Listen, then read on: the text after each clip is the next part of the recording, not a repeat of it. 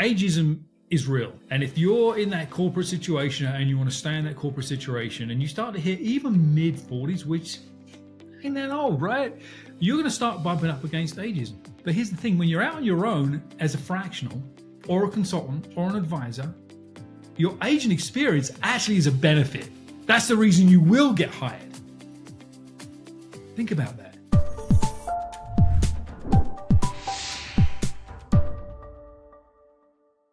So 2025 is seeing lots of corporate executives leaving corporate and entering the world of fractional.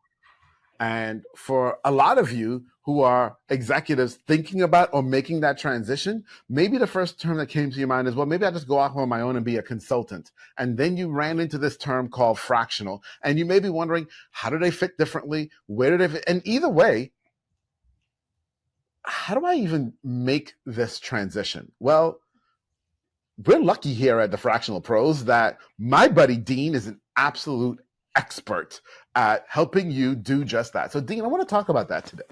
Okay. I want to put you on the spot and just kind of like shine a big old spotlight on you as we talk to corporate executives, people who have been corporate execs for a long time and are leaving and going out on their own. Can we do that today?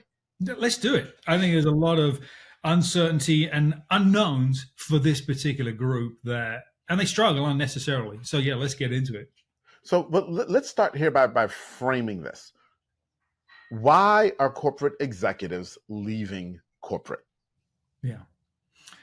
I think there are two primary things that I see. I talk to hundreds of fractionals every year, and many of those are either in the process of making that transition or have done so recently.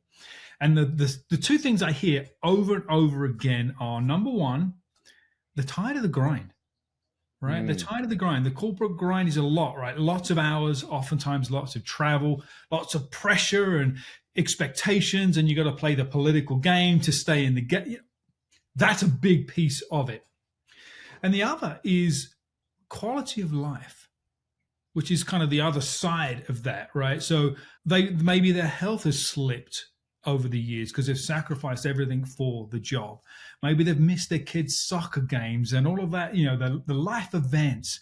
They've made great money. They've got cash in the bank, but their quality of life, that work-life balancing has just slipped. And so those are the big things that drive people making a change. Now, there is a small section of that group that were laid off. Right. This sort of misnomer that a corporate job is more secure than being out on your own. There is that misnomer out there. And the reality is, guys, it's not true. If anything, you have less control when you're in a corporate job, right, than you do when you work for yourself. So those are the reasons why people make that shift. Yeah. And there's so much there that you said when we're looking at You've been inside of corporate for a long time, right? You've climbed that ladder. Your bank account, your 401k, your retirement accounts have grown, but so has your waistline. That's right. Right? And your health has done, and now you're facing competition from younger folk, and you feel like I can't keep up. And so your health, and so you're starting to look at, and all of these things are happening. Right? All of these things are happening. And to even add to what you said, I think for a lot of corporate execs too, you're also in a transitional state of life, right? Either the kids are finally out of the house, right? And so now it's like, okay, I did miss a lot. And or grandkids are starting to show up and you're like, I don't want to miss anymore. Right. And you're balancing all of those sorts of things. And for a lot of you listening, those are a lot of the reasons why you left. Heck, even if you were laid off, you've probably dealt with all of these as well. Yeah. Right. Because chances are, if you were laid off, you either were already thinking about leaving and facing all of these, or you're flat smack facing them right now for the first time. Yeah. Either way, it's a scary place. It's it's a very, very scary place. And so let's start by addressing, how do you deal with that statement that you made, that staying inside of corporate is less secure than being on your own? Because that seems counterintuitive, right? But and because it seems like it's super scary out here in the wilderness. So how do you deal with that? Yeah. There's a lot to unpack there, for sure. Well, let me start by saying ageism is real. It's real. And if you're in that corporate situation and you want to stay in that corporate situation and you start to hit even mid 40s, which ain't that old, right? You're going to start bumping up against ageism. You just are. But here's the thing: when you're out on your own as a fractional or a consultant or an advisor, your age and experience actually is a benefit. That's the reason you will get hired. Think about that. Think about that from a mindset perspective and an attitude perspective. A business owner running a $20 million manufacturing company is probably not going to hire somebody in their late 20s to run an area of their business. But are they going to hire somebody in their mid 40s, mid 50s, late 50s or beyond that's done it, been there, done it and succeeded? Absolutely, all day long and twice on Sunday. Just start with that. Just sit with that. You have that control back. You have that opportunity back that you don't have in corporate.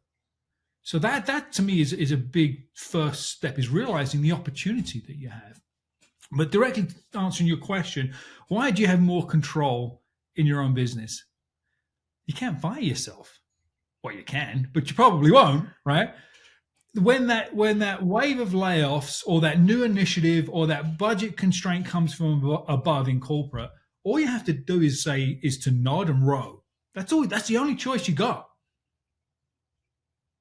right? But when you work for yourself, you can pivot, you can adapt, you can partner with others, right? You can become part of a community that's all helping each other. You can move in the direction that you want, right? If something doesn't work, you get to change. You get to adapt. You get to do something different. In corporate, you don't. You're in your lane, man. You're in your seat. You're driving your thing. And if the chopping block is your destiny, your head's going to roll. So just from a control perspective, you have a lot more control. Now, is it easy? No, I'm not going to say it's easy.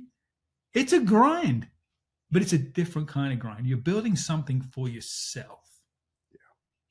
So that's where I think the control piece comes in more than anything else. And you don't have to be a victim of somebody else's choices. Okay. So I hear that and we feel that. Okay. So now I'm in control. But of what? What the heck am I doing? How do I do? Exactly. Yeah. I tell you, we've done an episode or two on similar topics, but I think that's the biggest part where people struggle, is they make this decision. All right, I'm going to do my thing. What's my thing? How do I what? And that's where most people get stuck, right? They sort of this analysis paralysis to make a decision, and then they're months or sometimes years behind. So there's this concept of experience and expertise that I talk about sometimes, and I've talked about it on other episodes, where so many folks that come out of corporate are like, I've got all the experience in doing this thing. I'm really good at solving this problem. I've got a process, I've got an approach, I've got examples, I've done it for years, but I've no experience in doing it for businesses, for clients. And they get stuck in this place where the lack of experience doing it as a fractional stops them. So I would encourage you all to just sit quietly and think about the successes you've had, right? The expertise that you have, the wins that you have. Start there and do something with that. Write it down. Write down the stories. Grab your phone, do a voice memo. I don't care what it is.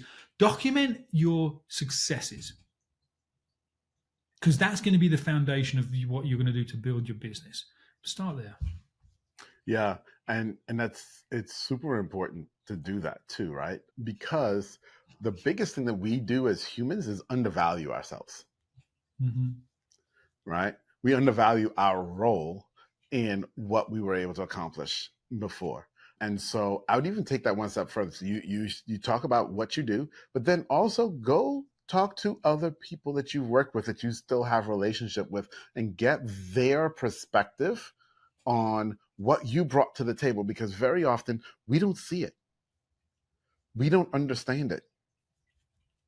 We discount it. And this is the time where we can't discount it. This is the time when we need to be able to stand on that expertise and say, hey, listen, this is what I've done. This is where I've been. This is what I've accomplished. Yeah. Okay. This is what I've led. Because that's what, when we go in and we talk to the business owner, and as you said, this is where ageism helps us, right? This is where your 25 years of experience helps us. So in 25 years, here's the things that I have done. Yeah. Yeah. I love that idea. And I would encourage everybody to do that on Zoom and record it, because you're going to be able to go back and look at that transcript and really pull out of it some super powerful nuggets, because it's not just the what you did and the outcomes. While that's important, it's the impact and experience that people kind of experience working with you. Yes. And that's what people will buy. That's the stories you can tell. That's how you build your marketing messaging, is from those people. And oftentimes those people are happy to be references and testimonials for you. And maybe once they know what you're doing, they'll be your first referral partners as well.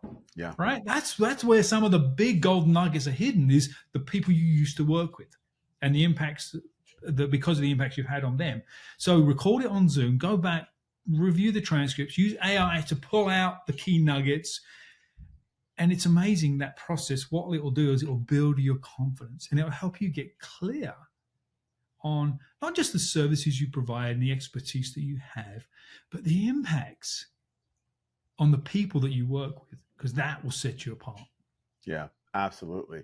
And now you touched on the fact that going back to some of those people, they may become some of your first referral partners. So let's dive into talking about, okay, so how else do we get those first clients? Yeah. Right? Yeah. That's the next thing, right? It's in the process of, how do I become a fractional? Well, you got to have some clients, right, to actually be functioning. Big surprise there. So I recommend a few things. First of all, talk to Atiba if you guys have questions about ICP, your ideal client profile. He's an expert in helping you figure that piece out, because I think most people give it lip service and really don't dig in enough. And that's oftentimes that's the foundation of your business, is knowing exactly the kind of business and people that we want to work with, and we build from there. So start with that. But the next piece is this: getting introductions. FRAC is the annual fractional conference, and they do a survey every year. This year, 2024, they did a survey of, I think, almost 250, 275 fractionals, and asked them a whole bunch of questions. And one of the questions they asked was, where do you get your clients? And the high majority, 90%, said referral. And everybody's like, I don't know that. It's referral. I go network, and I network and I don't get results. Well, here's the thing. If you're new, you don't have a referral partner network. But what you have is a deep pool of people you've worked with firsthand. So here's where you start. Make a list of all the people that you've worked with in the last, let's say, 5 years. When I say worked with, I'm talking about you've worked with them on a project. Maybe you were leading a project for their department. You've had interaction. They've seen and experienced you. The people that we just talked about hopping on Zoom with. Make that list. That's a no-brainer. People do that. Another list that most people don't do is think about the vendors, suppliers, and advisors to the businesses you worked for. So I'll give you an example. Let's say you're in the insurance business and you want to work with insurance companies as a fractional. I'm just making this up. And you worked with a software vendor, and their software was built and designed for insurance companies. Yeah. And the rep that you worked with all the biggest insurance companies in the nation. those people are the people you need to reach out to and build a relationship with. People don't think about the vendors and suppliers to the businesses you worked for as referral partners, because the reality is if they work for your business, they've probably got a lot of other businesses that they've worked with that fit that profile, assuming that profile is who you want to support as a fractional. So make that list. Make that list and just reach out to them. Connect with them. Have a human to human conversation. It's not a sales pitch. It's just it's been a while. I'd love to know what's going on with you. I'd love to catch up and to share what's going on with me. They will say yes, because they remembered you as what? As a client. You're on a pedestal. They will take the call and they will probably be happy to support you. So that second list is where the money lies. That's where the opportunities are. That's how you can start to grow your client base, is through those relationships. And most people don't think about those people. Yeah, absolutely. And there's one piece too that I'd like to add in that supports all of that. Because, we reach out to these people and we start having these conversations and we're asking for referrals and we're getting these referrals. And oftentimes what happens when you get a referral, it's Dean wants to refer Atiba to John. So Dean sends an email between Atiba and John. Hey, John, meet Atiba. Atiba, meet John. Y'all need to know each other, blah, blah, blah, blah, blah, blah. What does John then do? John wants to go check out Atiba and who's Atiba before he even responds to the email. Yeah. And so this now is where your presence on social becomes so vitally important in the content that you've been creating. Okay? The content that you've been creating, and content to educate your audience, not content to sell your audience, not content talking about random stuff, but content showing your expertise and why, and the values that you have, and why what you do is important to the world. Okay? Educating on what you do. And so now John goes out and sees your content and says, okay, this Atiba guy knows his stuff. I see why Dean wanted us to meet. And now when that referral happens and that connection happens, it happens at a much deeper level than the surface. Who are you again? And why are we here? But, I saw that you talked about these things. Man, I really believe in that too. And now your relationship blossoms even faster. And that's the whole key, because in order to land a client, you have to build know, like, and trust. If they don't trust you, they won't ever work with you. And you can use your social content to help you build that know, like, and trust. Yeah. And so as you're making this transition from corporate into fractional, these are the things that you have to really consider. Okay? These are the things that you need to put into place. Where's your mindset?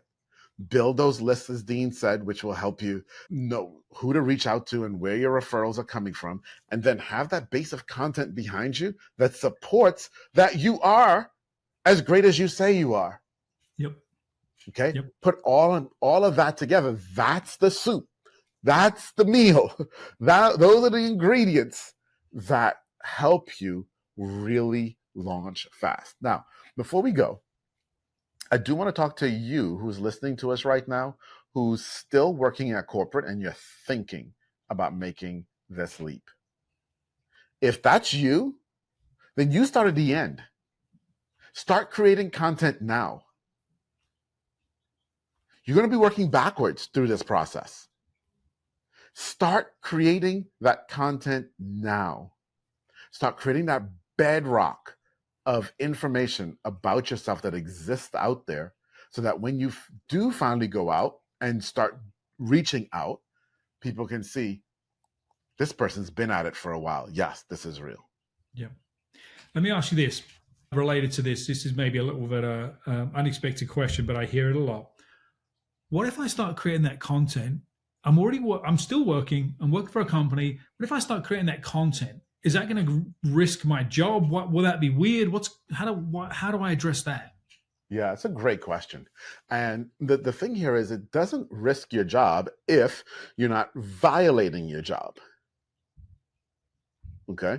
So let's say you are a fractional CFO, or you're a CFO right now, and you're thinking about becoming a fractional CFO, and you're a CFO for a company right now, well, you can't create content talking about your company's clients.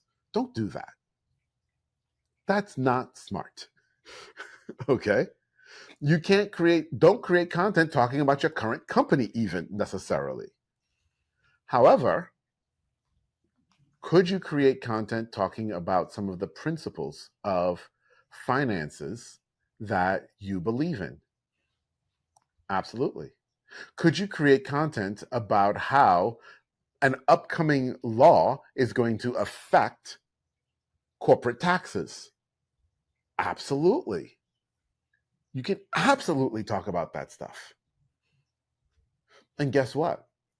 When you do, your current employer is actually going to love you for it. That's a side benefit, okay?